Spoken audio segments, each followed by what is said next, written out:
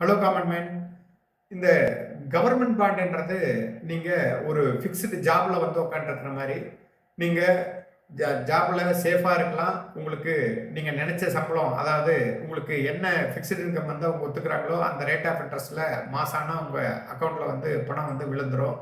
இது நீங்க ஒரே ஒரு ஜாப நம்பிட்டு இருக்கிற மாதிரி.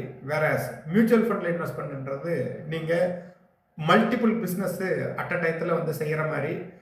உங்களுக்கு ஒரு பிஸ்னஸ் கைவிட்டாலும் இன்னொரு பிஸ்னஸ் வந்து உங்களுக்கு நிறையா வந்து கொடுக்கும். ஸோ எப்பயுமே ஒரே ஒரு ஸ்ட்ரீம் ஆஃப் இன்கம்மை நம்பிட்டு இருக்கக்கூடாது அப்படின்றத நம்ம நிறைய தடவை வந்து சொல்லியிருக்கோம். அது இல்லாமல் நீங்கள் வெல்த்து வந்து க்ரோ பண்ணணுன்னாக்கா ஃபிக்ஸ்டு இன்கம் வச்சுட்டு உங்களால் வெல்த் க்ரோவே பண்ண முடியாது. Mutual fund ups and downs எல்லா சைக்கிளும் பார்க்கும். நீங்கள் எல்லா நேரத்துலையும் எஸ்ஐபி வந்து பண்ணிட்டு இருப்பீங்க. ஸோ ருப்பி காஸ்ட் ஆவரேஜ் மெத்தடில் நீங்கள் குறைச்சலாமங்கிறப்ப அது வந்து உங்களுடைய ஆவரேஜ் ப்ரைஸை ரொம்ப கீழே கொண்டு போயிடும். மார்க்கெட்டு பழைய நிலவரத்துக்கு வர்றப்பே நீங்கள் 20% 30% வந்து ப்ராஃபிட்டில் இருப்பீங்க. ஃபிக்ஸ்டு இன்கம் ப்ராடக்ட்டில் 20% 30% உங்களால் கனவுல கூட வந்து நினச்சி பார்க்க முடியாது.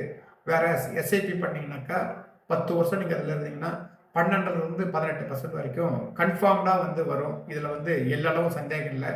ஸோ நீங்கள் ஒரு ஃபிக்ஸ்டு இன்கமில் உட்காந்துட்டு ஒரு ஃபிக்ஸ்டு ஜாபில் உட்காந்துட்டு பென்ஷன் தேய்க்க போகிறீங்களா, இல்லை மல்டிபிள் பிஸ்னஸ் பண்ணி நீங்கள் ஒரு என்டர்பிரனர் ஆக போகிறீங்களா அப்படின்றத நீங்களே முடிவு பண்ணிக்கோங்க.